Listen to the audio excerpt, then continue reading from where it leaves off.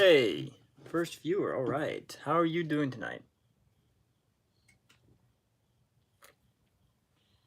This is my first live, so I don't know how any of this goes. Oh, you can change the... Huh. So you can change the filter, maybe. Not bad. How about you? Oh, it's good to hear. I'm doing all right. Decided to do a live. Why not? Friday night. Hello, World War Kid. Yeah, for those watching, honestly, I don't really have anything planned for this live in terms of showing you anything. So if you want to ask questions, this is kind of a great time. Conversations, things like that. Yeah, basically just kind of chilling out, I guess. I don't know. But yeah, if you guys have any questions, just ask them away and I'll try to respond to them. I think not all messages are available. Okay. Who makes the correct field clow paint? 1944 Militaria. That's what I've used for my German helmets for refurbishing them. And honestly, it's the best paint that I know of, at least. Favorite thing in my collection? That's tough. That's kind of like a parent having to choose their favorite child. It's just you can't really pick one. I'd say anything like family related. I have items from my great grandfather who served in World War II. Um, I have his ID bracelet as well as his prisoner dog tags. They're not with me right now. I can't reach them right now, but those are probably my favorite items, just because there's that sentimental value, but also that part of history that I just am very interested in. Um,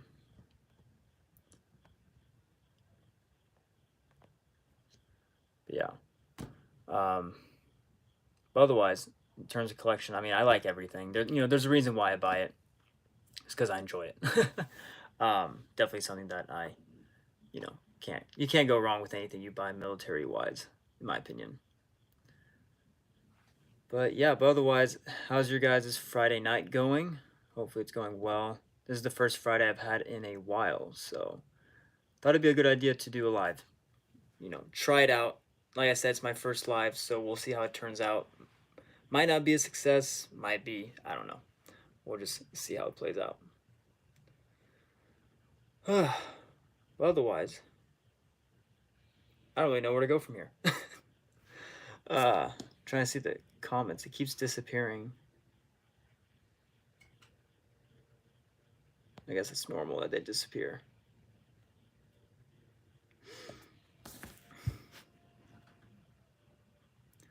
Do you happen to have any German or Italian tropical gear? In terms of original, I do have a German rucksack dated 1942, if I remember correctly. That's an original, tropical item. Italian, unfortunately, the only Italian items I have is two helmets and a rifle. None that are like specific tropical items. And then German, I mean, I have dust goggles, but again, those are not specifically tropical items. So not too many tropical items. And what was the other comment? What country did your grandfather serve for? He was in the Belgian army by 1940. From what I understand, he was just doing his military service and happened to be in the active army uh, when the Germans invaded. From what I understand, there was so you had the active military. So those who did their military service at a certain point, they're in the active military, as well as those who were doing it as a career. And then you had like the first and second reserves. And of course, these are those who did their service from this year to this year. I don't know all the details. And then you have those who did it even later, and by this point, in terms of reserves, they're fathers. They're in their 30s and 40s. But a lot of them were still called up by 1940. But from what I understand, he was in the active army based on what his regiment was, which was the first light infantry regiment. And from what I gathered, the first light infantry regiment was an active unit, not a reserve unit. So he survived the war, which is a good thing, despite being the frontline troops. Do you know the styling for German helmet liners? Well, normally the liners will say it on the liner, but if you're trying to figure one out without really measuring it, or without reading it, or there's a liner in your helmet and you're not too sure, you're trying to buy one. Basically, liners or a helmet can hold two different liner sizes. So, for example, a size 64 German helmet would hold a size 56 to 57 liner, and then a German helmet size 66 would hold a 58, 59 liner, and so on. To measure the helmet, to figure out what liner you need, you just take a tape measure, measure the outside of the helmet right above where the slant begins, and then whatever you have that in centimeters, that's going to be your helmet size. And then from there, you just compare to what the liner would, or what liner it would take. So that's really it. Honestly, it's really simple once you figure it out. That's super interesting. I thank him for his service. Thank you. I remember at least my mom telling me that he very much enjoyed. He did talk a lot about his service. Like I said, he fought in the 18 Days campaign in the Belgian army. Was captured soon at the very end of it. From at least based on his regiment information, he would have been captured by the very end of it. So by the 28th, by the 28th day. 27, 28, 29, depending, details there that I'm not too sure. So most of his stories were most likely from him being a prisoner or either his career prior to the actual war. But unfortunately, he died soon after I was born, so I never got to ask him questions. And of course, him bothering my mom with these stories as a kid, she obviously wasn't interested in it, so forgot a lot of the stories, unfortunately.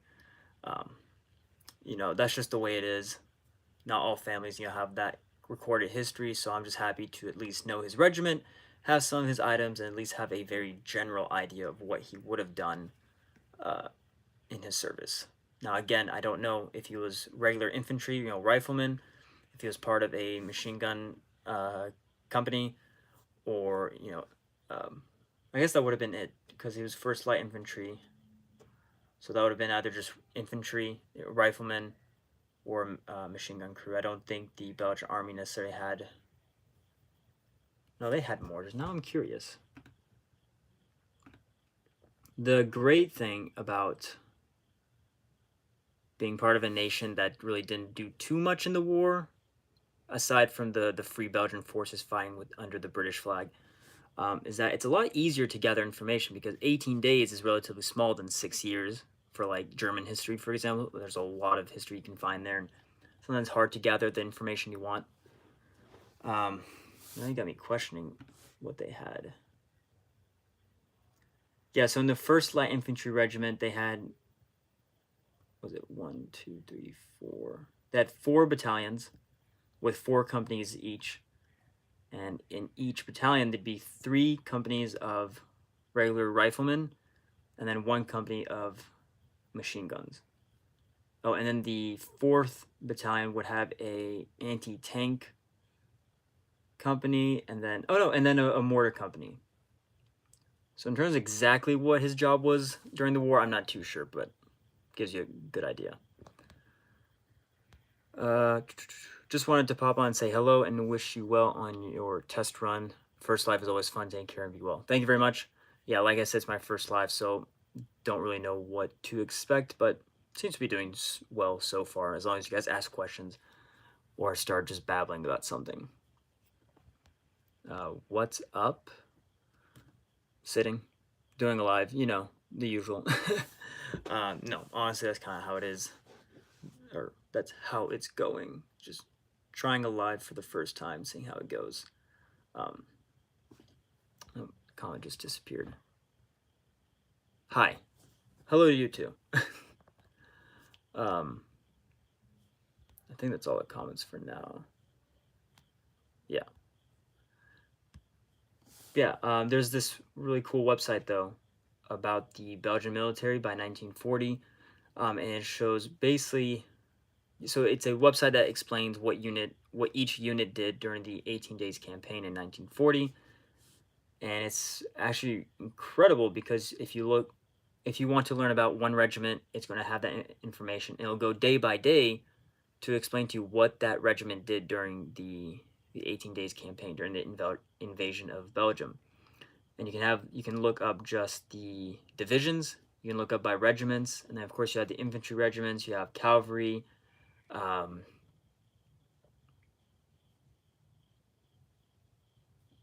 Artillery, engineers, and so on. You'll even have the aviation corps. It's in Dutch, so I do have to do some translating. Sometimes Google will translate the page for me. Sometimes it doesn't. I still haven't figured out too much how that works. Spearhead production. Hi. Hello to you too. Okay, we got a few messages here. I do blue division impression, known as Division Azul. I just want to say that because I have not else to say in the meantime. Yeah, no, I really like seeing the foreign legions of the Waffen-SS or of the German military. I think it's really interesting to just see how many countries really took part in the war aside from under their own flag. So, of course, Germany employed more or less French, Belgians, British to some extent, Spanish, uh, Finns, Norwegians, and so on. It's just really interesting. So I think definitely there needs to be more representation with these foreign units. Although there is the Waffen-SS Viking, which is probably the most common one I've seen in terms of foreign legions of the SS. Awesome to see you live streaming. Yeah, no, it's pretty cool. I've wanted to do one for a while, but for whatever reason, YouTube wouldn't let me. It kept saying some sort of error. Granted, I am using my phone because my computer's camera doesn't work. Neither does the microphone, so that doesn't really help. So, Spirit Productions, hi, hello. I'm turning 18 here in a few months, and I wanted to know what, in your opinion, would be a good rifle or shotgun to start with. Now, that really depends on what you're looking for. If you want a surplus rifle, or if you just want a rifle. Like, if you just want a gun, whether it's made in the last 5 years or made in the last 100 years, it really depends. It really also depends what you want to use it for. I like rifles because I like the bolt action rifles from basically when bolt action rifles first became a thing, all the way to the last military produced bolt action rifles. It's just something that I'm really interested in, so I definitely like those more. Shotguns are great, in my opinion, my honest opinion, unless you're using for hunting. I like to go clay shooting with them. So my honest opinion, based on my preferences, is go for a rifle. And if you want to start cheap, Carcanos are still cheap, but the ammo is expensive. And then Mauser rifles are expensive, but then the ammo's cheap. So you kind of have to decide what you'd rather spend more on. I think it's better to spend more on the rifle and then less on the ammo, because once you have the rifle, you have to spend money on ammo. If the ammo is expensive, it's not going to make the cheap rifle worth it. Now, of course, this is all subjective. Sometimes ammo will be cheap, sometimes it's expensive, depends on the rifle, etc. In my opinion, just go with a common bolt action rifle. And I think that's a great start to see if you really do like shooting. Because you don't want to spend like $1,500 on a rifle, go shooting, and then you realize it's just not your thing. And now you have this expensive rifle that kind of just sits in your house. Of course, as a collection piece, it's great, but if you're spending that kind of money, it's probably worth it to actually use it to go shooting. Hopefully that answered your question. Why did you stop uploading monthly updates on your collection? Well, two reasons. One is for a while I really wasn't buying too much, like about 1 or 2 items. I just didn't feel like putting the effort to making those videos. And the second point that I've noticed more recently is by not doing it, I don't feel pressured into buying things, which is kind of nice, because I'd be like, okay, this month I need to get, something interesting. So I'd spend the money on something that I would like, that I'd like to have, that I thought was interesting and cool and everything, but not necessarily on like a bucket list item or something that's like a wow factor. So I'm still collecting. I still have gone items in my collection to expand it. But it's just not something that's that interesting to me anymore. I know some people liked it, but I wasn't getting too many views on it, so it wasn't a very popular video idea. And then also by not doing it, I've been able to control myself and not feel obligated to buy things. So now I kind of just buy it at my own pace when I'm comfortable spending that kind of money on it. Do I still want to do it? Yeah, there's times I do want to, but maybe it could be like a every 5 months thing, so that they're more interesting. There's more items, but I'm not feeling obligated to buy something every single month. Okay. Opinion on buying an M1 Garand for reenacting as a kid. Well, kid, I'm going to assume you mean under 18. You have to be 18 to buy a rifle. So otherwise, if you're not 18, it's going to be kind of hard to get an M1 Garand to reenact. And I know that some units, they're a little iffy on kids reenacting in their group, just because even though you're using blanks, you're still using firearms. And there's that kind of like safety factor that they want to take place in, or take into consideration. Now, if you mean 18 or above, well, I mean, you're an adult, and I mean, that's up to you. And when Grands are getting crazy expensive, I want one, but I just can't bring myself to spend that kind of money on a rifle.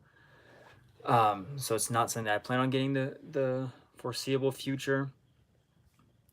M1 Grands are great. I've shot one before. I know a lot of people love their M1 Grands who do own them, and of course the ping sound is just the best part of it.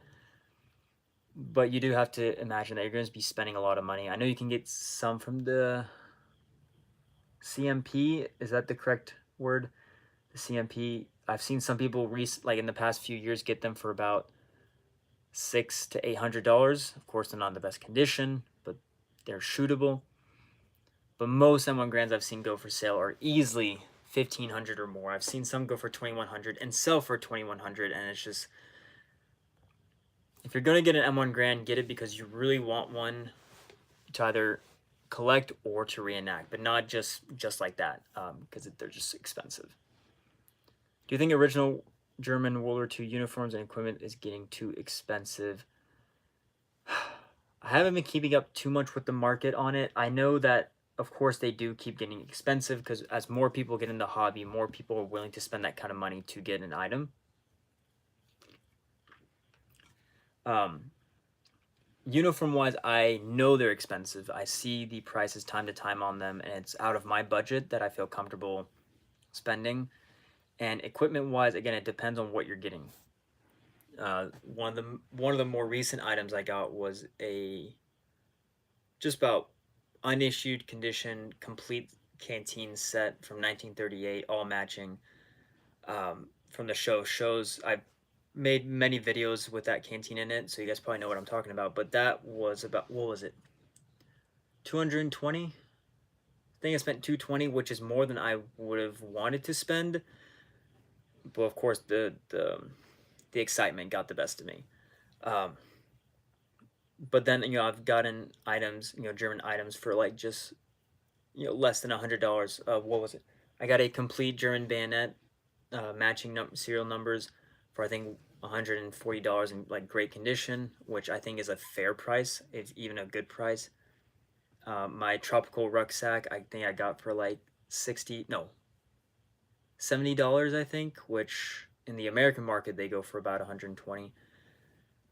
So in terms of deals, you can still find deals, but in terms of like, are they getting too expensive? I'm not too sure. I do think every year they're getting more expensive, but in terms of too expensive, I'm not sure. Again, it depends on how much you feel comfortable spending on it. If you don't want to spend $100 on an item, then don't. And if everyone would stop spending crazy amounts of money on items, then the prices are going to go down.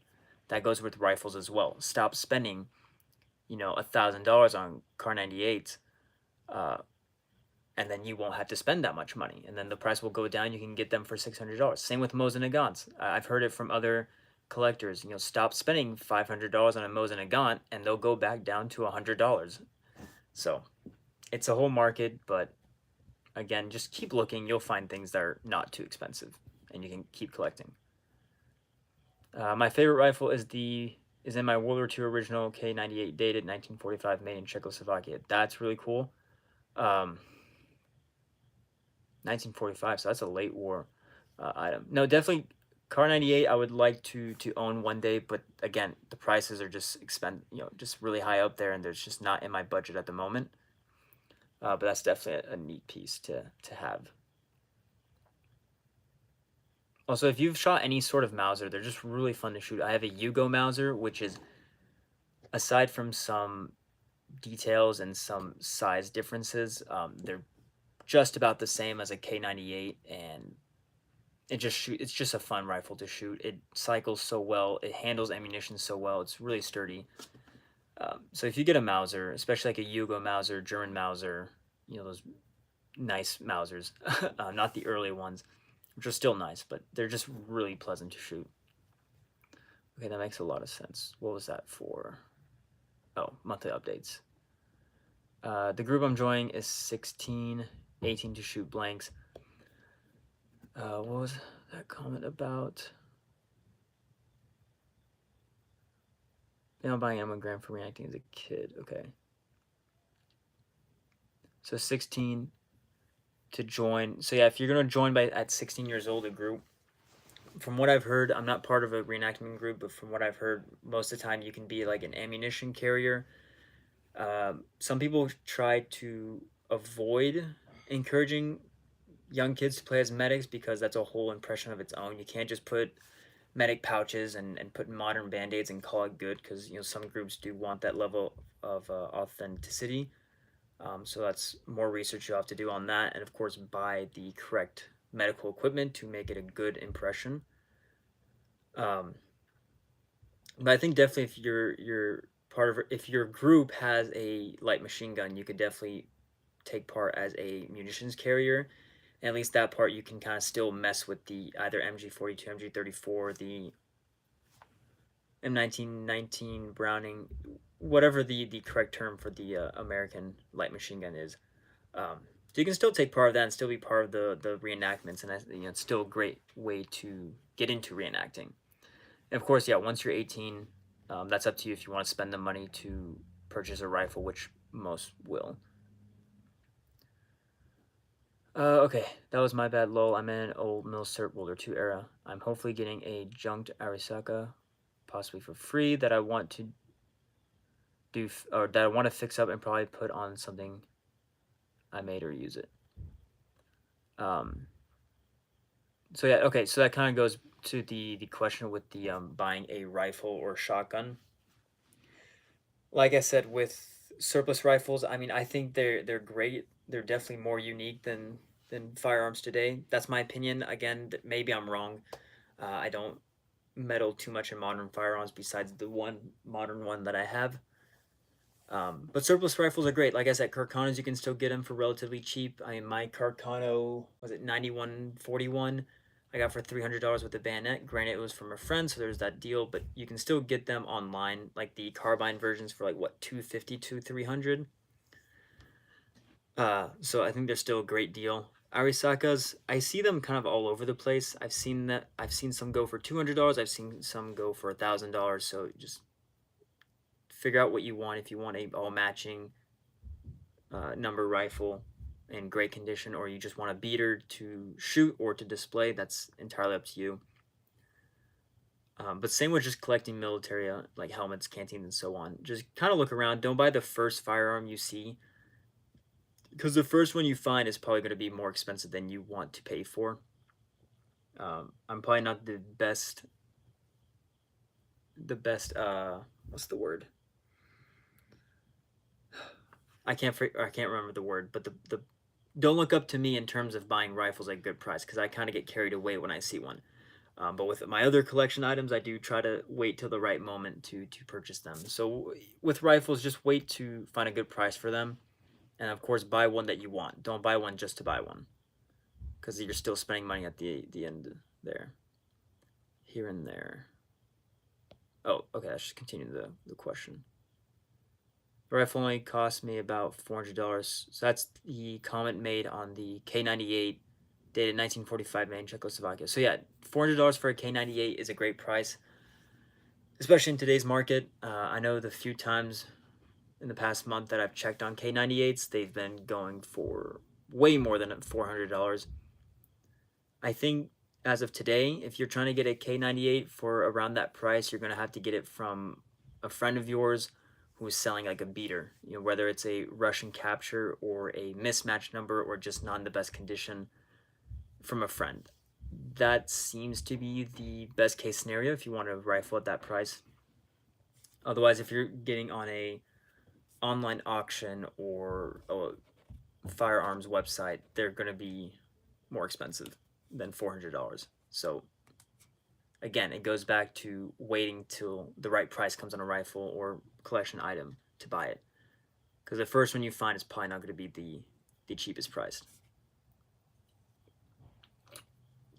Best part is that it's all matching numbers. That's great. Honestly, if your rifle's matching numbers, it's just great. Does it matter in terms of shooting it? No, not necessarily. But if you're buying it to collect it, it's nice to have it all matching, because you know everything's original to the rifle itself. I wanted to buy a hair double decal helmet, but would you believe that they are now as expensive as a single decal Waffen SS? No, I didn't know that. I didn't know that they got that expensive. Was it what kind? Okay, so it doesn't say which model. I know that the model helmet that you're going to get also affects the price. So an M35 double decal is going to be way more expensive than M42 single decal, because the M35s are earlier productions and they're usually more valuable in terms of collection. Of course, if you have decals on them, that increases the price. Since by, was it late 1942, there was an order to remove, no, about 1940, I think, or 41, there was an order to remove the tricolor decal. And then by, I think, late 1942, if I remember correctly, there was an order to remove all decals, or at least to stop production of decals on helmets. So, of course, decals increase the price of the helmet because there's less of them on the market. But to the point that they're more expensive than the Waffen SS helmets, or at least the same price as them, that I didn't know. Again, with helmets, there's a bunch of factors. I mean, if there's a liner, if there's a chin strap, how much paint is left, how great are the decals in, what type of helmet, again, M35, 40, 42, what size of the helmet, if you get the crazy rare, was it M68 or the M even 70, I think, there's like some very rare ones like that, those change the value as well. So you kind of have to like find two helmets that are the same, just with different decals, to give you a good idea.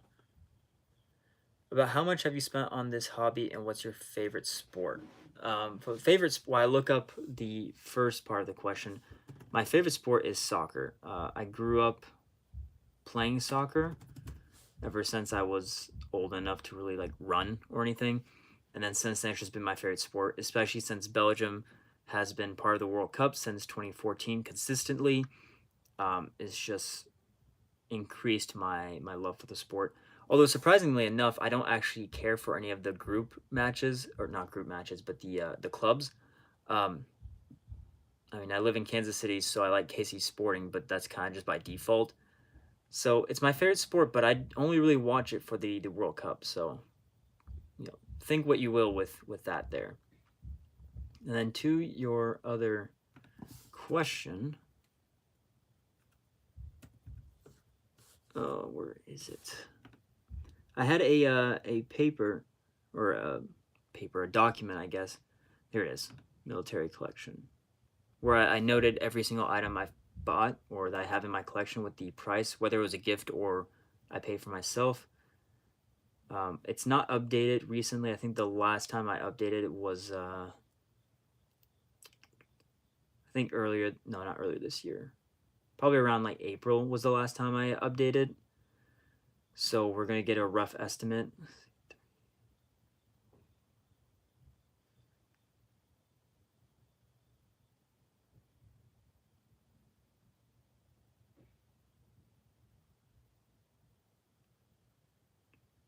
Oh, okay. It's a lot more than I realized. So including gifts and so on and everything that was paid for, not what it's worth, about 13,000. To be fair, I've been collecting since I was 16 years old, I think. So that would have been back in 2013, I think. So almost 10 years I've been collecting. And there definitely was a point in my life where, like, every week I would buy like a decent amount of items. I think I had just gotten a job, so I was kind of going not crazy, but I was kind of balling, but not in the correct way. So I kind of wasted a lot of money buying a lot of items at one point, and then I started to realize that, you know, you can't just spend all that money like that on items. So I definitely slowed down uh, my purchases, and that's why I'm not doing update videos, is because I don't want to feel like I need to buy something for the videos. So therefore, I'm like saving money. So definitely, it has slowed down, which is good, but yeah. Also, this list does include some things that I've sold, so it's probably not as accurate either because some of the money I did make back. Let's see. Where are we at? Okay. I spent 2 to 3,000. I've bought, sold. If all I spent without adding what I got back, it'd be 4 grand. Yeah, no, I think this hobby, you spend a lot more money than you realize very quickly, because if you buy items at good deals, you think, oh, I paid a good price for this, might as well spend that extra money on another item, and then literally, you know, you just spent $100 on 2 items. Um, that's definitely how I feel sometimes.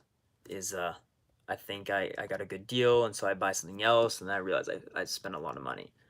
Um, but you know, just make sure, if you're new to this hobby, if I don't know if anyone who's watching this is new, if you're new to the hobby, just try to figure out what you actually like, and then just focus on that. Don't just buy things to buy things. Now, of course, if you're at an antique store in the middle of nowhere and you come across a canteen for like $5, pick it up.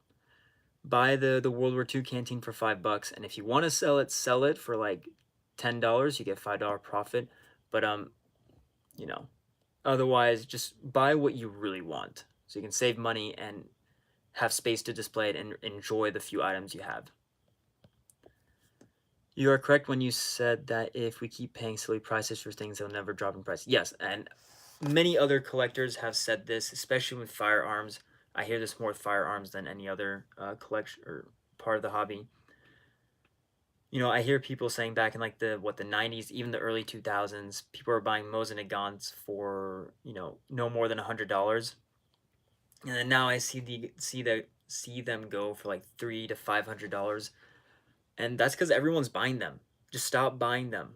You know, the rifles aren't gonna go anywhere unless someone is buying them to destroy them. They're not going anywhere. So just stop buying them for like a good year.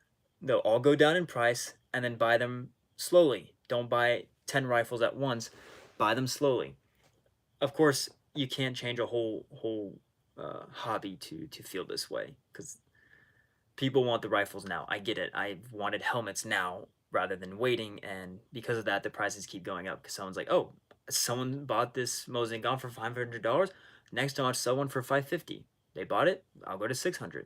So will it ever change? No, I don't think it'll ever change. I don't think people will decide to just stop buying for it to go down in price, because people are either impatient, they think it's a good price based on how much they make, or they just don't care. And they're like, I don't care how much it is, I want it. So, how come you don't do reenactments? That's a good question. I think part of it was I never felt like my impressions were good enough to go, so I kept kind of like pushing it off. It's like, oh, well, I have to improve on this or that. Another part was I didn't have a rifle. My parents have always been kind of like no to rifles, and then well, now I obviously have some now, so they're okay with it anyways, and but I was also like 18 years old at the time when I wanted one, and they thought I was still too young for it. But obviously now that I'm older, there's not really need for permission. Well, you never know. It's probably a good idea to ask, right? um, and then the other reasons were like in the near vicinity, there weren't really any reenactments. A lot of the big ones are in either California, Ohio, Texas, Pennsylvania. Um, and part of me was just being lazy of just not wanting to drive that distance. Um, and then of course, busy with school or work, it wasn't always easy to request off for those events. The most recent event that I took part in, I actually didn't take part in. I went as a member of the public to the National World War I Memorial / Museum. They had a small event there where World War I reenactors came and had displays and so on, and I decided to put my World War II Belgian uniform on and go. And although I went as a member of the public and I was not in a World War I uniform, It was still fun because I went with my girlfriend and her family, and I got to kind of.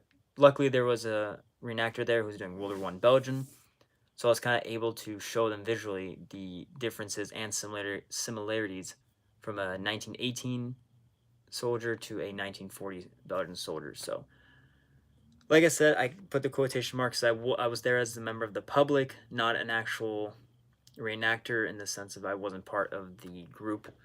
Um, but I do plan on changing that, obviously. Love this live. Yes, I'm glad you love this live. I'm glad you're watching. um, for those who see the comment there, that's my girlfriend. So I have the support from my girlfriend, so that's good. Girlfriend support is always welcomed. I wish I bought more original than repro. Resale for repro isn't too good. Yeah, no, once you buying reproductions is kind of like buying a car. Once you roll it off the lot, it loses, was it 25% of its value or whatever? That's kind of the same thing with reenactment gear. Now, of course, there's some reenactment gears that are still very valuable, especially if the company closes down. I know SM Wholesale has some of the best SS camouflage smocks. And if their company were to close down, I'm sure their smocks would either stay in the value that you paid for or maybe go up in price. But if you're buying things from at the front, for example, they're not really going to go up in value. Even if they close down, I don't think they're at that level of desire that people would spend more than retail price for it. For what you have collected, that's really not a lot of money. True. I mean, especially since I've been collecting for almost 10 years and I do have a large collection, but it still is a big chunk. Especially since I don't make like $80,000 a year or anything like that. I don't make anything near that. So there's definitely like a sort of budgeting that I have to take into consideration. But I think it's also an opinion based. Some people might think that's not too much money. Others might think that's a crazy amount of money. And those who think it's like, yeah, that's a fair price or a fair amount of money for everything I have. But like I said, when you get into this hobby and you're really into it, it's very easy to reach that amount because it's just so addicting. It's so fun. I recently picked up an all-matching Belgian model 1935 made by FN in 1940. The big King Leopold crest on it's pretty cool, even though Leopold II was a genocidal maniac. Yeah, no, the Belgian 935 made in 1940. The only question I have with that is why would it have the King Leopold? Oh, no, actually, I'm maybe Millsop World. Oh, yeah, I met him. I met you at one of the shows here in Kansas City. I've seen your video on the M95 or N90 M30. Oh my god, I can't even speak. M89-36 Belgian Mauser you had, but the 35 I thought would have the King Albert crest because they were made by 1935. And you know what? I am not thinking at all. Okay, I know exactly. Okay, let me restart. The model 1935, the Belgian Mauser was made in 1935. That's when they first started producing them. And by that point, it's King Leopold III who was king because King Albert I died in 1934 from a either hiking accident or driving accident in the mountains. So what I'm assuming, I could be wrong, what I'm assuming is you're thinking of King Leopold III because that would be the crest on it. King Leopold II, his crest would have been on the model 89 and 89-16 carbines. Actually, not the model 16 because that would have been by 1916. So the model 89 rifle and the model 89 carbine, those early production ones would have had King Leopold II on them. And so what I'm thinking is you might be thinking of King Leopold III because by 1935 he would have been king, so they would have switched all their FN Mausers to his crest rather than King Albert, who was previous. But nonetheless, the Leopold II Mausers are very rare and very desirable, as King Albert was the king for the majority of the 89 and the 89-16 carbines, and then King Leopold III would have been by 1934, late 1934 to When did he abdicate? I forget which year he abdicated, but it would have been after World War II. It kind of gets messy there because of politics, but nonetheless, the M35 is a rifle I'm trying to get in my collection. Eventually, I'd like to get all the Belgian Mausers in my collection. But nonetheless, very awesome rifle. Glad you could get it. I have the M89 36 rifle, which is basically the... How do I explain it? Okay, I have to go back. See, now you have me on not a rant, but now on a roll. So before World War I, the Belgian army used the M89 Mauser rifle, produced in 1889. And then after World War I ended and the Great Depression hit, Belgium realized they need to modernize their weaponry, their firearms. So they decided that they thought it would be cheaper and more effective to just take these M89 rifles and converting them into modern standards, so a shorter barrel length and so on, and kind of a lighter rifle to equip to their military. Now, one thing is they also, after World War I, they also received a lot of Gewehr 98 rifles as part of reparations from Germany. So what Belgium did, is they used a lot of these Gewehr 98s, converted them into shorter modern rifles, and basically produced the Belgian Model 35 rifle, which is the rifle Milsa World is talking about. And this rifle, from a quick glance, it looks like a sort of Kar 98K because it has the same German style stock, German Mauser stock. But then if you take a closer look at it, you can see parts from the M89 rifle, such as the magazine, the bolt carrier group, and the receiver, while the barrels were of new productions made into the Belgian style. And the rifle that I have is the M89 36, which is another rifle that was converted from the M89 rifle, but this time they made these they took original stocks from the M89, cut them down, laminated some pieces together depending on the rifle, and included the external magazine rather than the internal magazine. So visually, they're identical until you look at the magazine. While one is internal, the other one's external. So I don't know where I was going. I don't know how to start on that conversation, but that is the difference between the M35 and the M89, or 3689. 8936. Can't talk. Okay, moving on. I buy used repro for cheap, and it normally pays off. Yes, I think that's a great way to get started into reenacting, is to buy used reenactment gear, because a lot of the time they're still in good condition, they still work, and they look good because they've been weathered, and a lot of reenactors try to buy like good reproductions. So I think if you're getting the hobby, definitely try. Even if you're not getting into the hobby, but you've been in the hobby for a while, definitely try to buy used items because they're just cheaper. Just save money when you can.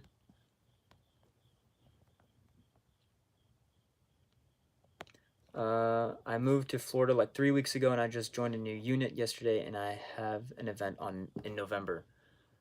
Been reenacting for 2 years, still new to the hobby though. That's awesome. Glad you're able to join a unit and you have an event in November. That's really cool. Reenacting for 2 years, that's a good time, honestly. Even though you're still new to the hobby, that's still enough time to say that you know what you're doing. 2 years is still plenty of time to properly gather correct equipment and uniform pieces and so on. So that's really cool. But good luck or not good luck, but have fun on the event. Is it I'm assuming it's just German versus American or German versus Soviet, but yeah, if you want to expand on what exactly the event is, that'd be pretty cool. Probably talk about that.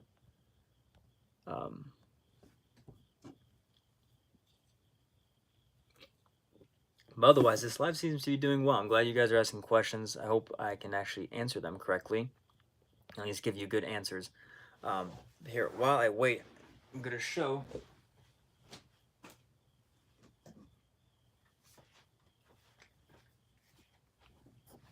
the Belgian Mauser I was talking about. So this is the 8936.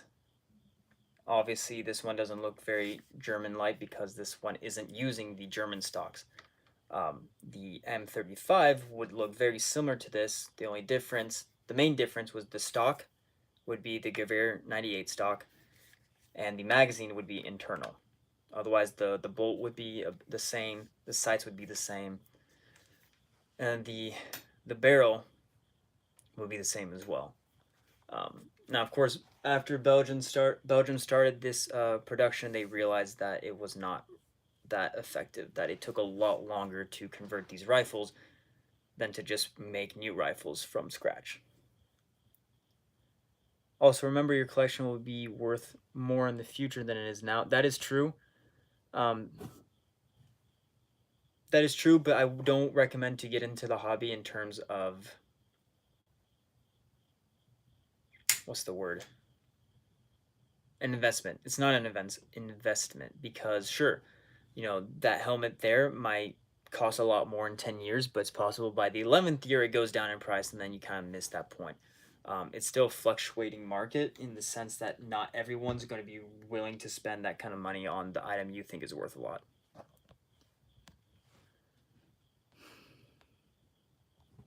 I've never done German Western Front impressions. That's why I've mostly done Blue Spanish Division, since that is different from the Germans.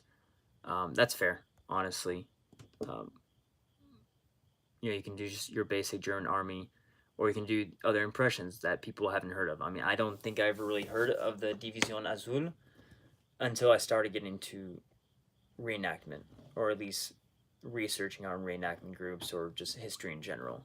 So I think it's a really good idea to portray these different units and these different foreign legions so the public knows more about it. I think it's every time I mention this to people, especially the I forgot what their unit name was, but the one with a bunch of Muslims in it. I think that's really interesting because no one would expect the German army to happily recruit Muslims or Indians. In the Again, I don't remember the regiment name, but the regiment that had a lot of Indians. It's just something just really interesting. You just wouldn't expect that. Was it Friesen Arab? But that wasn't the Indian one. That was another one with a lot of Northern Africans and Arabic ethnicities. Opinion on color German reenactors. Now this one's, I've heard people talk about it. I've heard like people's opinions. This is how I think of it. If you can't change something about yourself, then it doesn't matter. Join the group. Allow them in the group. Free Arab Legion. Thank you for correcting me on that. But going back, if you're overweight, that's something you can change. That's something you can work on to get to a more appropriate weight to reenact. But if you're born, of African American, Asian American, Mexican American, you can't change that. I mean, I don't recommend going Michael Jackson and like change your entire color. So it's not something you can change.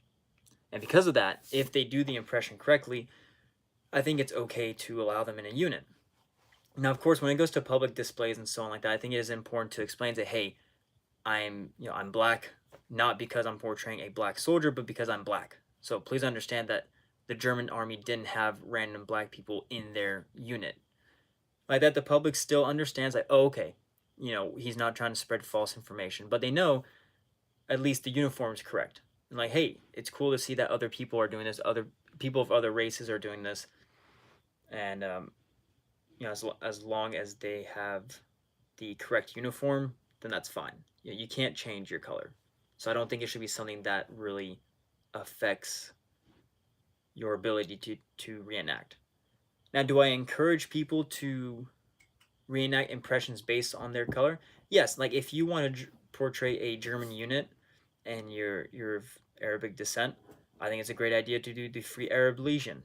Because I'll be honest with you, you look the part. If I try to do a Japanese impression, I could have a great impression, but it's still going to look a little off just because I'm not Japanese. So I would encourage people to do that. For example, World War I, do the Harlem Hellfighters.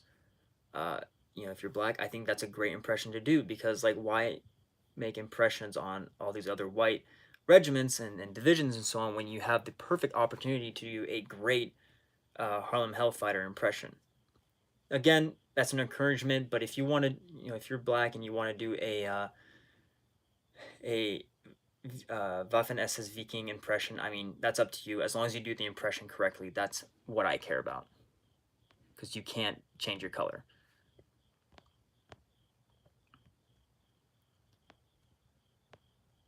French Foreign Legion. Yes. I don't know if you're asking me about them or not.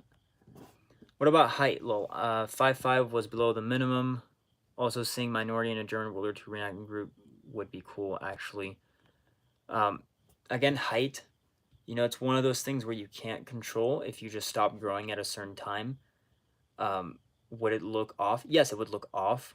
But again, if your impression is correct, if it's a good impression, then that shouldn't stop you. Because at the end of the day, it's a hobby. This is not a job. We're not working in a museum. We're not working on a movie set. We're just a bunch of dudes running around in costumes shooting blanks at each other. If you're doing living history events, I would recommend mentioning and say, hey, I'm only 5 foot. This is not the norm. So please understand that. Don't go home telling all your friends that, oh my God, the German army had 5 foot soldiers in the front lines, or manning artillery pieces, things like that. That'd be my only recommendation. But again, if it's something you can't change, you can't change it. Just make a great impression and be done with it. Have like if you're, I use black because that's probably the most different than other ones. It's the one that's a little bit harder to pass. If you are black, have a haircut that would be correct for 1940s haircut. And then of course have the correct glasses if you want one. If you're gonna have facial hair, have something that would be common by black Europeans or even white Germans. Don't have like these like mutton chops or anything like that, or any like Yeah, again, that's my opinion. I think that if you're of a different race, you should be able to still portray any impression you want as long as you do it correctly. Same with height. If you're a short person, yeah, do a frontline impression. Just do it well. If you're super tall, again, you're tall. Oh well, you can't change it. I've seen original photos of blacks in the German Wehrmacht. Yes, I've seen at least one or two, and I've heard one or two stories about it. But again, that's really rare. And if you're gonna use that example to base your impression on,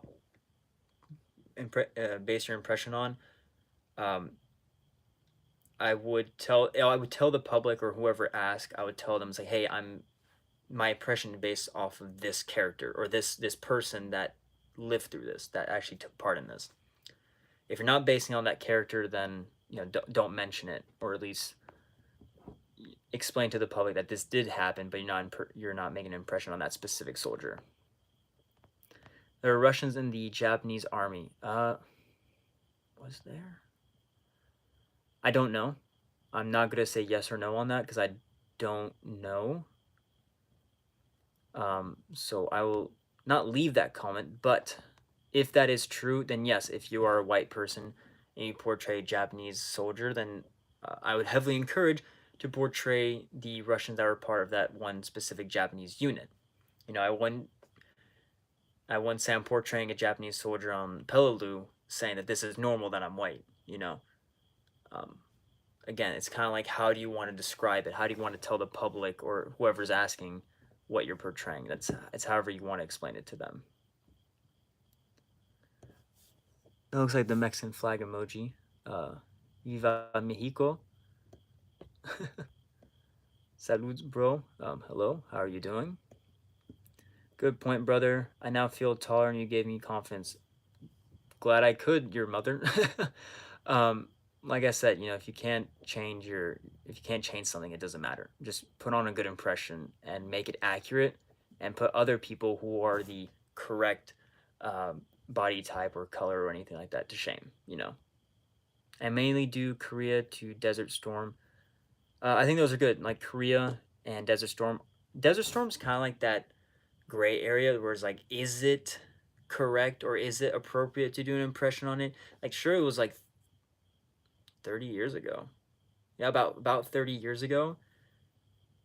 But to some people, it's still recent enough that's like, oh, you shouldn't make an impression on it or reenact it. I mean, I have a Desert Storm impression, so I don't think it's bad, but I just think it's definitely one of those things that I definitely think people aren't going to fully understand compared to World War II, Vietnam even. Then Korea, I'd like to do an impression on. I think it's something that's greatly forgotten. I mean, there's a reason why it's called the Forgotten War. Hi, bro. Hey, bro. Glad you're watching.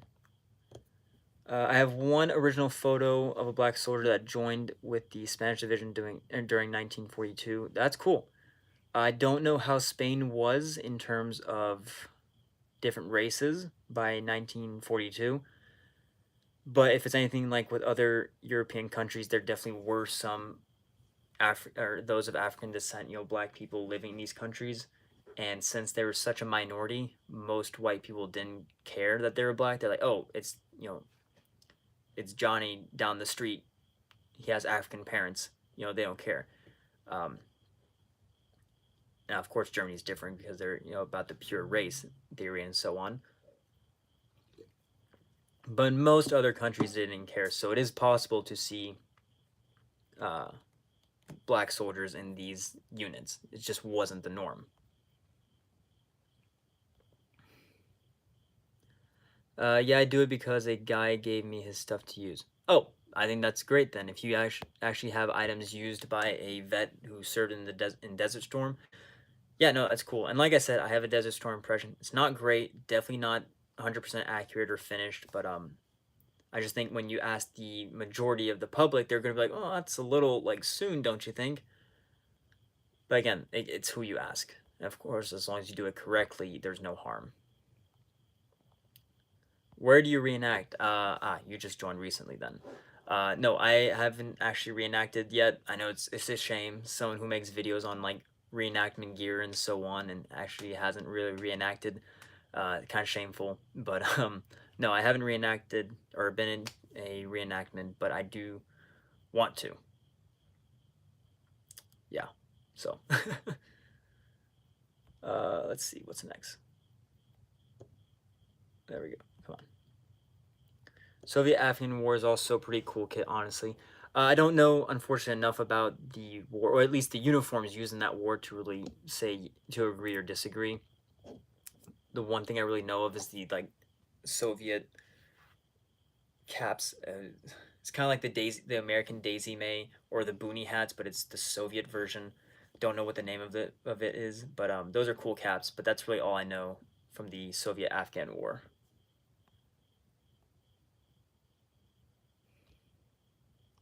The Blue Division was actually really tough, and the E's very brave combatants. Yes, I've heard like good reviews. That's not the word.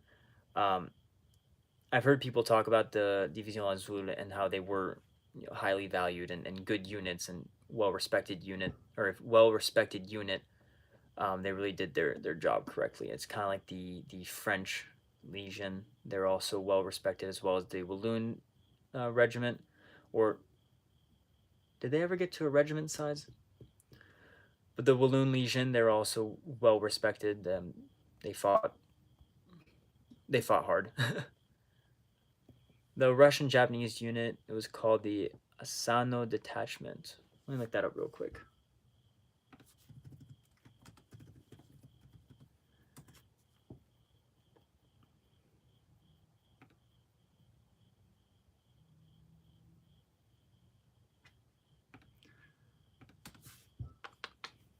Now, with the Asano Detachment, are you still talking about World War II, or are you talking about in pre-World War II? Oh, no, here we go. Oh, no, here we go. Let's see, what did it say? The Asano Detachment was almost exclusively Russian and fought for the Emperor in northeast China. Oh, yeah, there's a picture here of them, and they don't look like your stereotypical Japanese.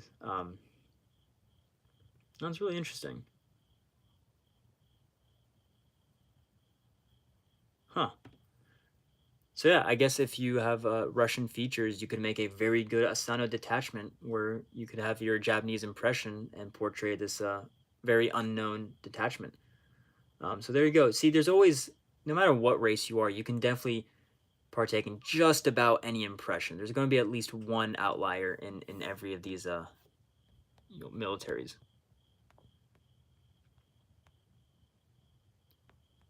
Oh, okay.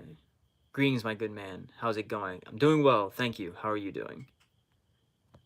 Are the 1944 military refurbished helmets real? Yes, their helmets are real, unless said otherwise, but as far as I'm aware, they're all original German helmets. I don't even know, do they still have them?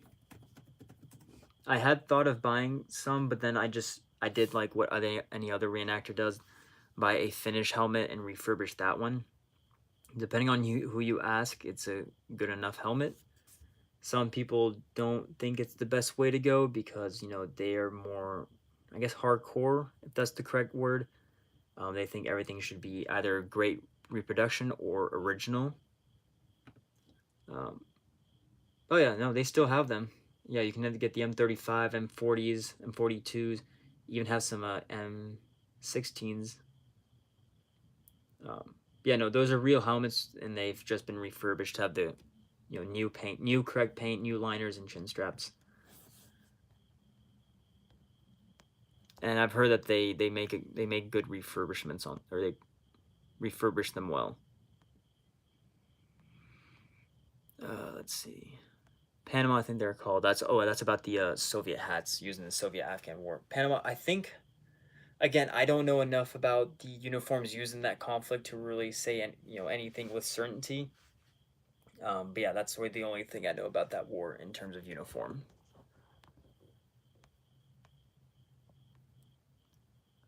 Can you show us the refurbished M1 helmet? I think it's around here.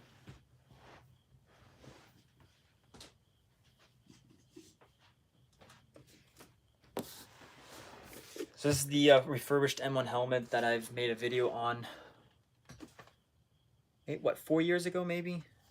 If you read some of the comments, a lot of people disagree or didn't like the idea that I refurbished the helmet, despite the helmet not being in the best condition in terms of collector's value. Again, that's an opinion you can have. If you don't agree with refurbishing items, I totally understand. But from my point of view, this helmet was just not in good shape. It had a few stress cracks. It had multiple layers of paint that just were from post-war period. It didn't have any chin straps. Of course, no liner, but you can remove those in either way. So I decided to take upon myself to refurbish it and have a nice reenactor's helmet. And I mean, if you're going to reenact World War II US, there really isn't an option for reproductions. The few reproductions out there are not good.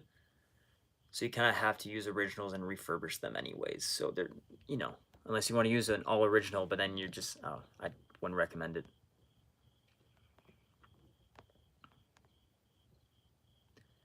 Is it okay to dress up as a World War II soldier for only costumes and not reenactment?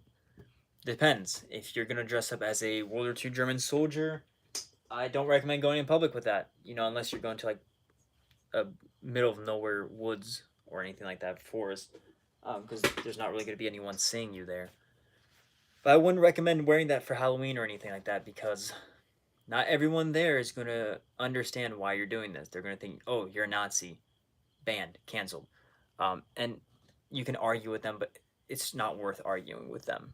You show up to a Halloween party in a German uniform, it's just not worth arguing with them. Now, if you're doing other, U.S., British, French, even Soviet, people aren't gonna, pick a fight with you because of it. So at that point, it's just whatever, you do you.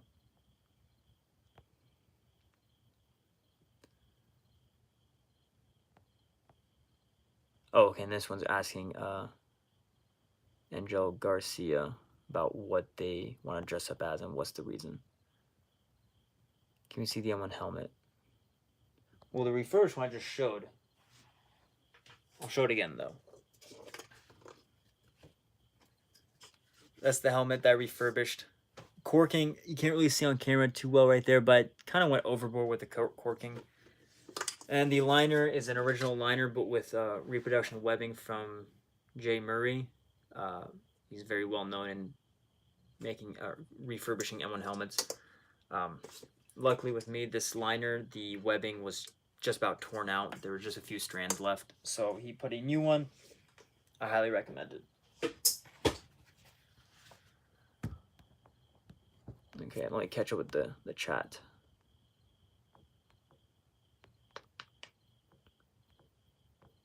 Oof, got a few here. Okay. Germans, American uniforms. Yeah, that's back to the question of if they should, if it's okay for them to dress up randomly for one. Again, German, I wouldn't do it unless you're going somewhere where there's not a lot of people. Um, Even if you go out in public, people won't really question it, but it's better to kind of just avoid that, just because you just don't want to pick up arguments with people when you're trying to just enjoy yourself. I got 1914 second class Iron Cross for $91. I don't collect medals or awards, so I don't know if that's a good price. It sounds like a good price. I know World War II second class or Iron Crosses go for more than that. But with World War One, I'm not too sure. But it sounds like a good price. If you're mentioning it, it must be a good price. All right, that's awesome. I have an M40 from 1944 refurbished. Yeah, no, so 1944, their refurbished helmets are original, and so when you buy it, you have original item. Just the paint, chin strap, and liner are all new.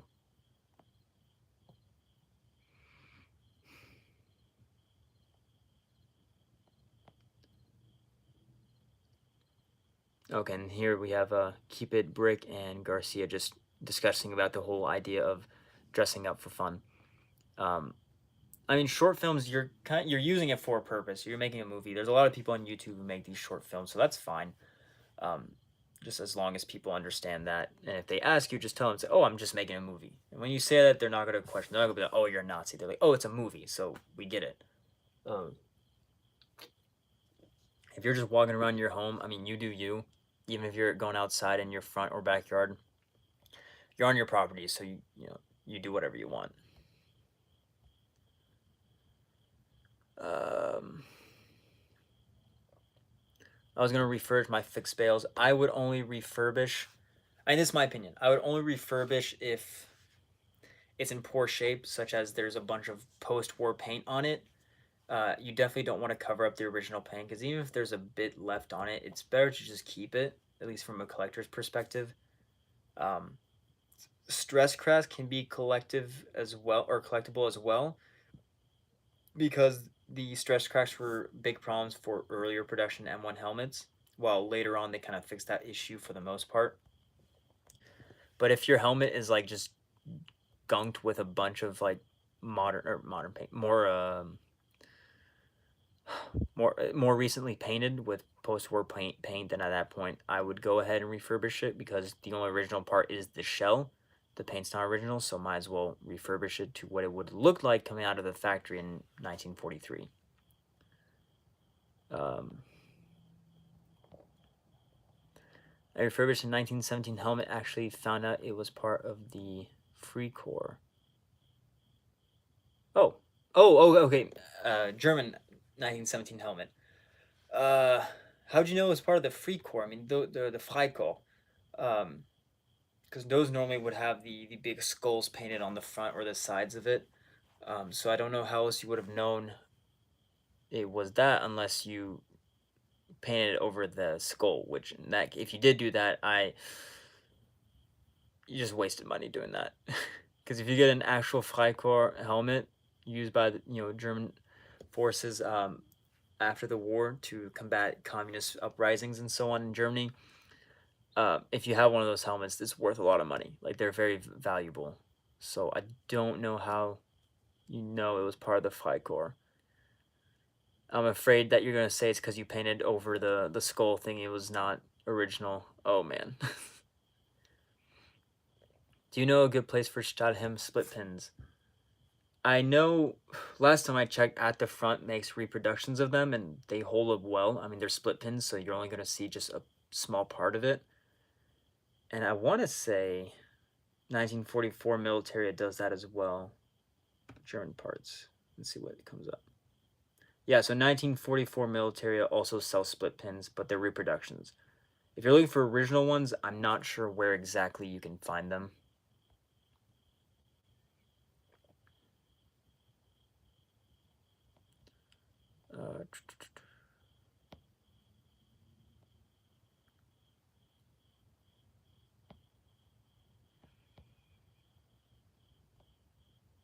How soon is it to reenact a modern war like Afghanistan or Iraq? Um, that's more touchy because there's no like definitive answer to when has it been long, how long after a conflict is it like appropriate to do a reenactment of. I mean, you see a lot of those kids in high school dressing up in like modern, was it UCIs? I don't even know what the military, besides multicam, what they used to wear. I don't know what it's called, but you see them wearing the whole jacket and trousers and boots. Even in high school, I've seen some people do that. Uh, but in terms of reenactment, I mean, I don't know. I think Desert Storm is fine. I think like a good 30 years is like fine. After that, like go ahead. But I think anything less than 30 years is kind of like I'm not saying no, but it's not going to be popular because people are like, "Oh, why are you dressing up as our military? Like this is modern. Are you trying to do, stolen valor?" Because the uniforms are going to be very similar, just 20 years ago. So it's kind of like, I don't know. I go ahead and do it if you do it correctly, but I don't know. Okay. Okay, I think here they're talking about the split pins. Oh, Kelly's military, I think they sell split pins as well. Yeah, wouldn't surprise me. Favorite item in my collection, I answered that earlier, but I don't mind answering it again. That's a tough question. It's kind of like picking who's your favorite child. You just can't really pick one, but I'd probably say something more sentimental, such as my great grandfather's ID bracelet and prisoner dog tags from when he served in 1940. Because I think I love collecting World War II Belgian items to begin with, and this is actually part of a family member, so it's sentimental.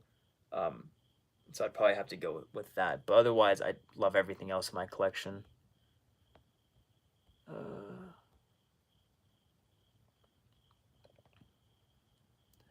Were M40 helmets ever in Filgrau, or were they only issued in the Filgrau Dunkel? Oh man, I haven't messed with German paint names in a long time, so I have to look that up. Filgrau. Were they? Oh, no, they were always Filgrau Dunkel. Because early war they're Apfelgrün or apple green, and then as well as apple pea, like the pea green, like peas. Uh, but what was it? By 1940, I think, 1941, they switched to Filgrau Dunkel, which is the dark field gray. Then the Luftwaffe had Field Blau, or Field Blue, but that was for the Luftwaffe, so they had obviously a more blue color to their helmets to match their uniforms. But just Field Grau, I don't think the Germans ever had just Field Grau. You had the Grün, and the Apple Pea. um, but yeah, I'm not too sure. I could be wrong. Like I said, I haven't like messed with German helmet colors in a long time, so it's possible I'm forgetting something.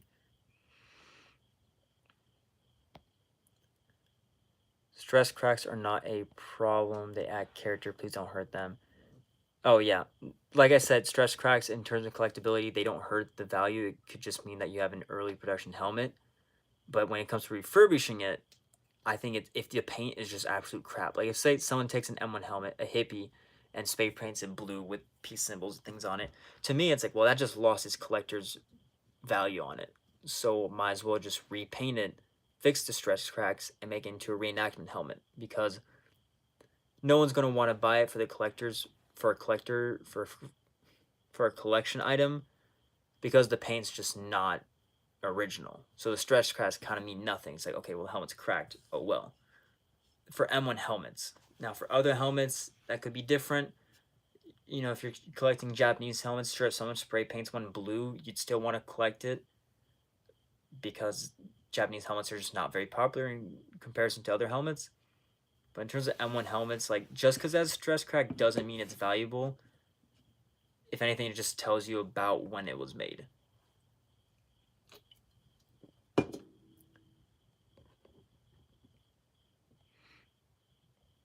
Let's see.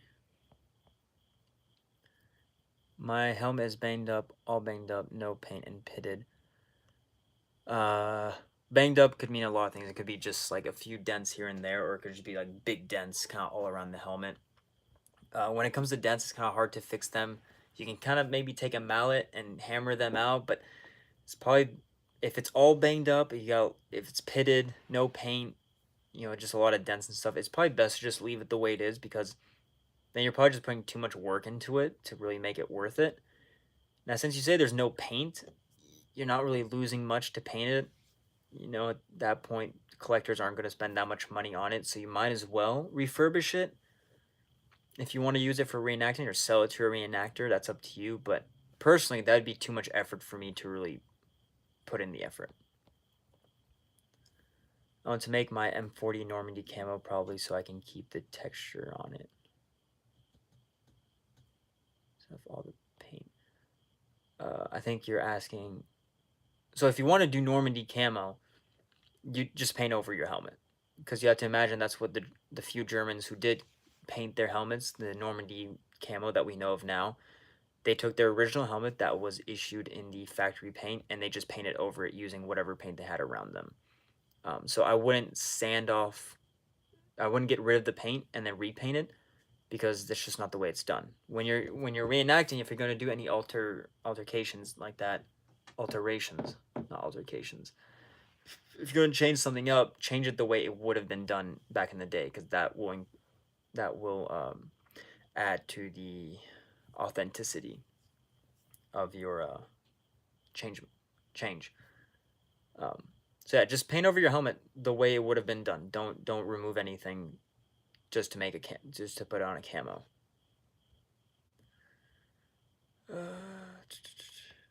Found a name in the helmet on what was left of the liner band. What helmet are we talking about? Oh, was this about the Freikorps helmet?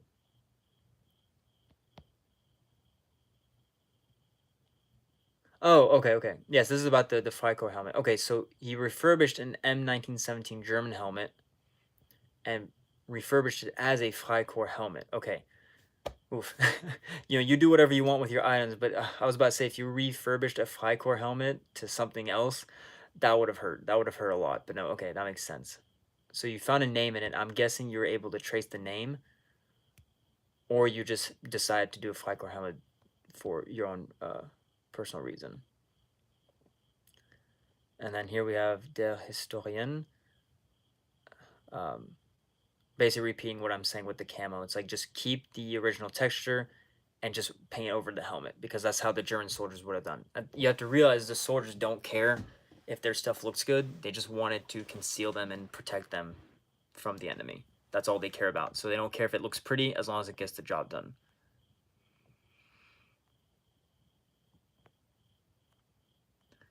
Side note, not sure if it's just me, but the stream seems to be lagging. I don't see anything on my end, but of course, I'm not viewing the live stream, I'm making it, so it's possible that you may experience something that I don't notice. Otherwise, I don't know how to fix that, honestly. Maybe it's just your internet is having an issue at the moment and it'll fix itself. But otherwise, I don't. If someone else mentions it, I might try to figure something out. I have many specific German camo questions. Well, I can try to answer them, but camo is not my expertise. So I'll do the best I can if you want to ask them.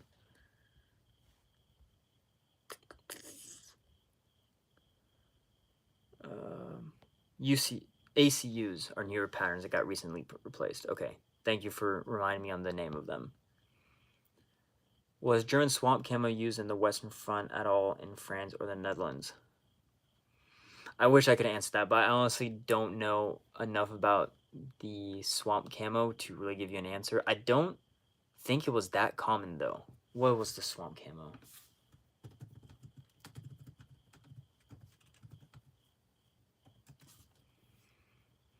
Yeah, okay, I don't know enough about this camo to really give you an answer, so I apologize. Like, someone else is going to have to answer that, because I don't know. Mainly Splinter was definitely the most common camo used by the German army, at least issued camo. Otherwise, soldiers would paint whatever camo they wanted on their equipment. But in terms of issued camo, Splinter was the most common, and still not every single person was issued Splinter camo. Could you do a helmet month again, but with something else? Okay, that's a base on, what was it? Last year, the year before that, for a whole month, I think it was the month of June, I every day for the whole month, I would make a video on a specific helmet. I had enough helmets that I could do that for, was it 30 days, 31 days? So I did that, and they're asking if I can do something else. The only question is, what would I do with width? The only thing that I would have enough of for a whole month would probably be canteens. But I don't know how interesting that would be, since a lot of the canteens are just going to be the same, just with a different date on them. Or I could do, I don't know. I would like to, I just don't know what I could do for 30 days in a row. What kind of filter without asbestos would work for original Garand gas mask? I don't know. I know that just about every gas mask that uses the screw-on filter, I think, what are they, like 40 millimeters, I think, is the size for them. So if that's the size that German gas masks use, then just any filter, any modern filter would work, but it's going to be modern, so it's not going to look correct. So it's best to just really not do that.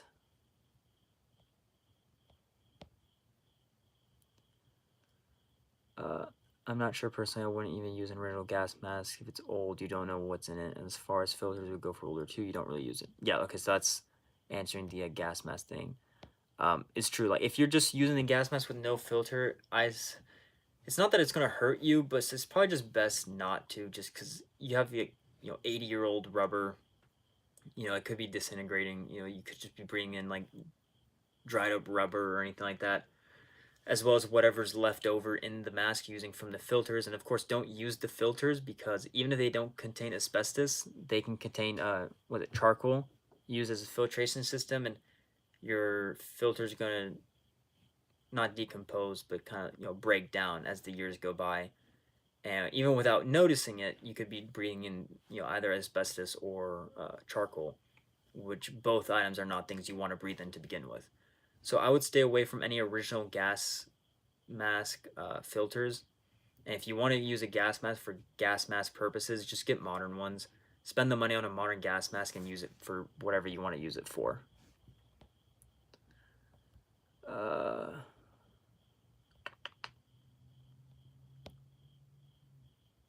I think your comment regarding M1 helmets containing few red herrings, namely that hippie helmet lacked collector value. Not sure why, but I've seen a number go for more than their base shell would be worth on its own. Okay, I didn't know that. I guess some people do collect it because a lot of them were used during the Vietnam War for the hippies to protest the war. So there's that added history to it.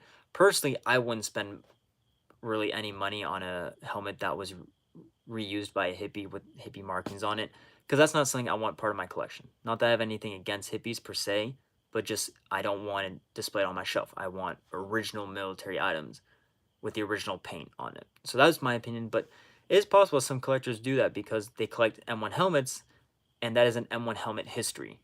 So I can understand it. I don't necessarily agree with it. Adding to that, stress cracks, while they are very prominent during early manufactures, aren't very good at dating a helmet's manufacturer. Most came down to problematic heat treating and various condition changes could give that same effect. Seems Navy helmets have that the most. So yeah, no, I agree with your comment. You can't, just because your helmet has a stress crack doesn't mean it was an early production, because I think I've seen Vietnam era produced helmets that also have stress cracks. So it's just an issue with quality control. But as he mentioned in his comment, what's his name? I should probably say his name so people can see it. Keep it brick, as they were saying.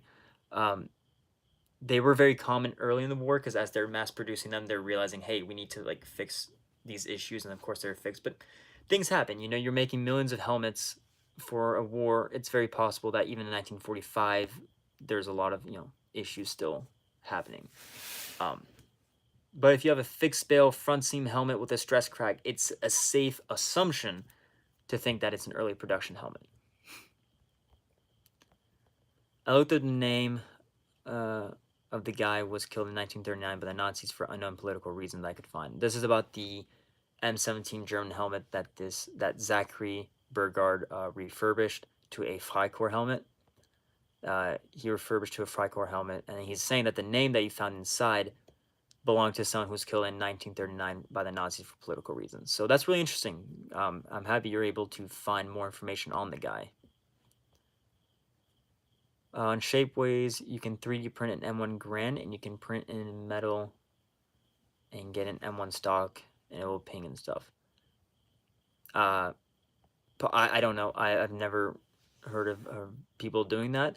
I'm not saying it's not possible. I just know that I don't have a 3D printer, so I can't really do that. But yeah, if you have a 3D printer, you can 3D print just about anything. Of course, there's different ways to get an M1 Garand that can ping, but most people are going to want the original thing. Really, 40,000 question marks, MG42 with live ammo and fully legalized, or a 8,000 MG42 blank fire BFONG, which sounds better? Really, $40,000? I don't know what that comment is about. But anyway. I don't know if that's a question for me, as in which one I'd prefer. Preferably, I can't bring myself to spend $40,000 on an original MG42 that can live fire. It's just not worth it, especially if it's fully automatic. You're going to go through so much ammo so quickly. You're going to only have fun for like 5 minutes, and then you're going like, wow, I spent so much ammunition. So I think the blank fire still gives you that idea of shooting an MG42 fully automatic. The only difference is you don't have as much recoil, and you can't see how accurate you are. But you're not going to be spending so much money on, real ammunition. And then you're saving what, $32,000 that you can use for other things, like an MG34. That's blank fire only. So that's how I would go. I mean, I love guns, but I don't love guns that much.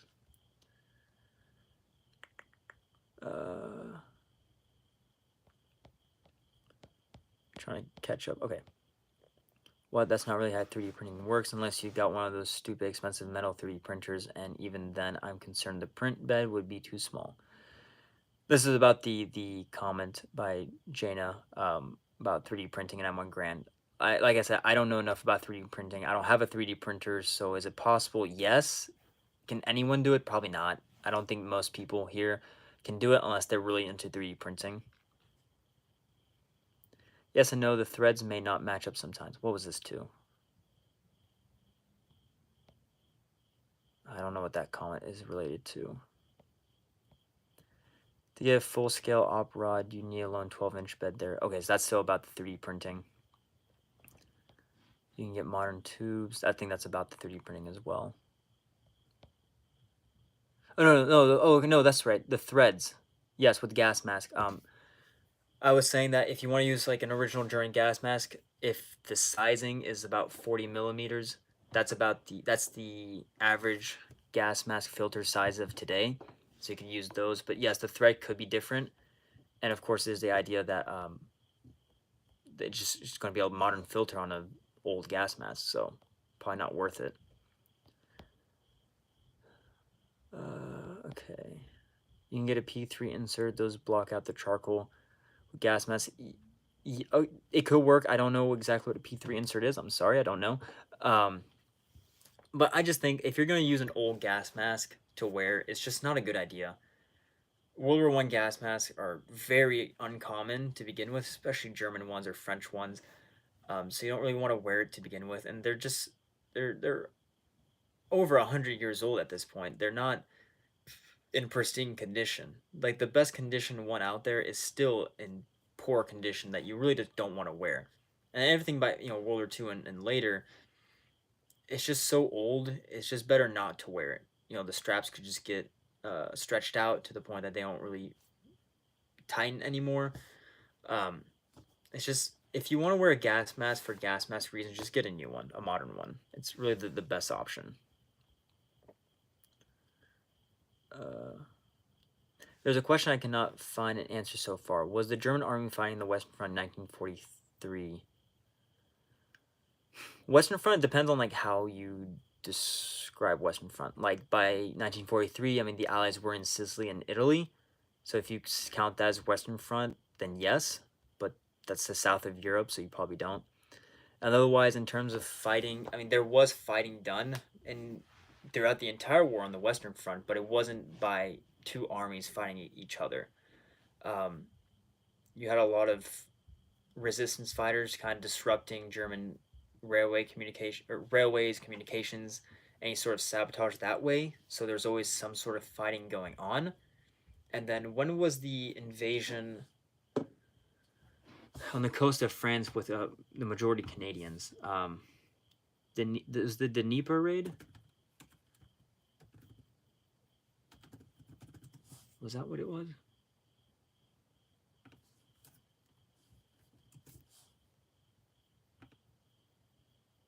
Yeah, okay, so that was in 1942 when there was an Allied amphibious attack on the German-occupied port of Dieppe in northern France. It was the Dieppe raid, not the Dnieper raid. Dieppe raid. So that was in 1942 when it was majority Canadians, if I remember correctly, had an assault landing in northern France. Absolute failure. The Germans were able to push back the Allies there. So that was as early as 1942. So in 1943, there was no combat in the sense of two armies opposing each other, but there was still a lot of resistant fighters just causing chaos. Or at least, annoying the Germans. Swamp camo is mostly a late war camouflage. Yeah, like someone was asking about swamp camo being used. I don't know enough about swamp camo to really answer that. So it seems like Der Historien is answering that. And he's saying that for the Western Front, 1943, the Germans basically fought against resistant groups mainly and commando raids, etc.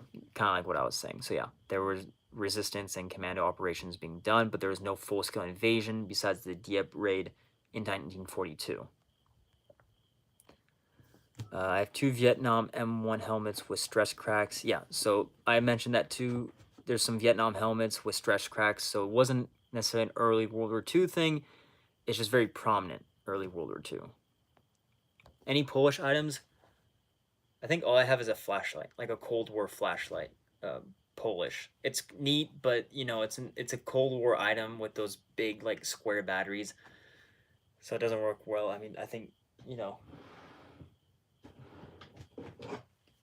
modern batteries or modern flashlights are just as good or better. What am I saying? Just as good. They're much better. But otherwise, Polish stuff. No, I don't have really anything Polish, unfortunately.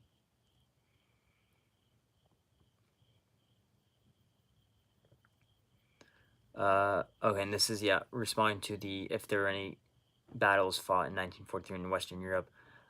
Germany was basically there as a police force trying to keep everyone under control. The French, Belgians, Dutch, and so on.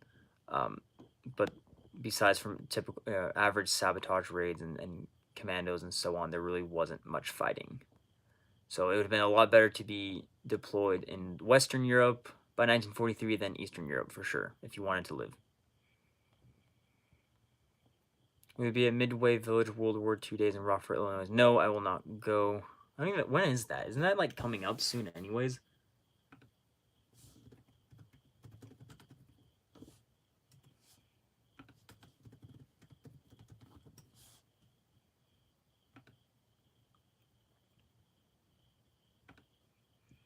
When does that come out?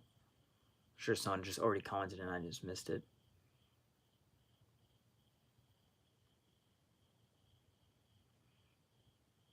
But either way, no, I will not attend school and work. I just can't find the time to get off for anything like that, unfortunately. My most valuable item? What is my most valuable item?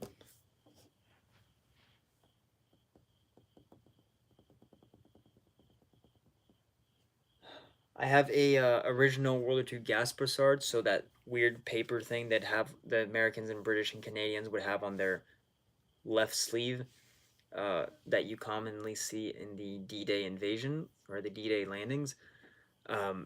That's around $200 to $300 for just a little piece of waxed paper. For the most expensive, I think would be my my Belgian Mauser because firearms are expensive to begin with, and then this is a very uncommon firearm in the U.S. So that might be my most expensive item. But I could be forgetting something that I'm just not thinking of right now. Hello from Costa Rica. Hey, hello. Great to see that someone from Costa Rica is watching my channel. That's really cool. Well, I appreciate the comment. It's tomorrow. Okay, so yeah, I'm not going to be there tomorrow in Illinois. I didn't even realize it was happening so soon. I thought it was later in the year. So no, I will not be attending that. No, I think I caught up on all the comments. All right, that's pretty cool.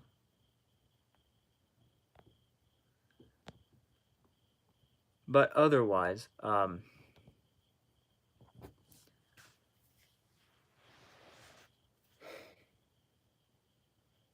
blanking. Let me see. What was I talking about before?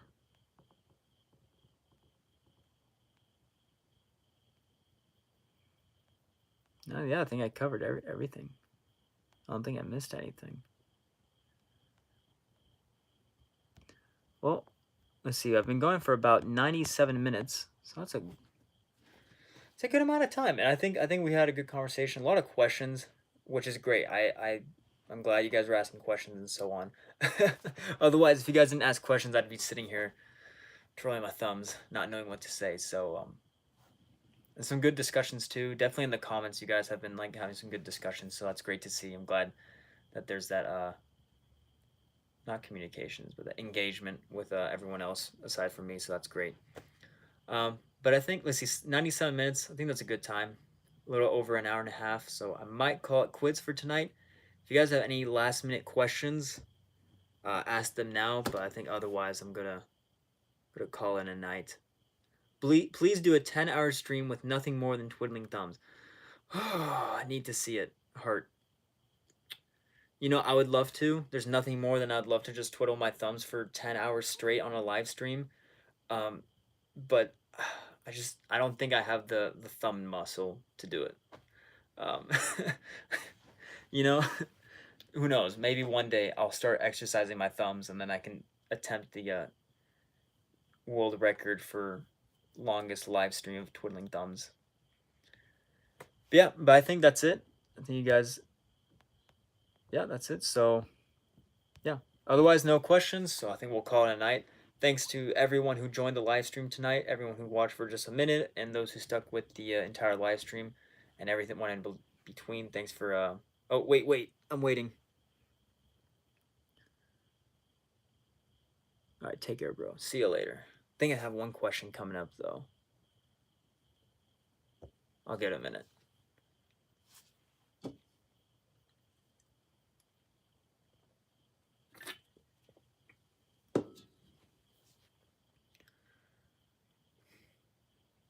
Maybe.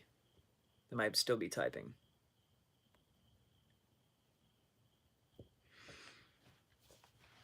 I just exercise my thumbs while waiting. There we go. How would you exercise your thumbs in that? Like, I answered. Answered what?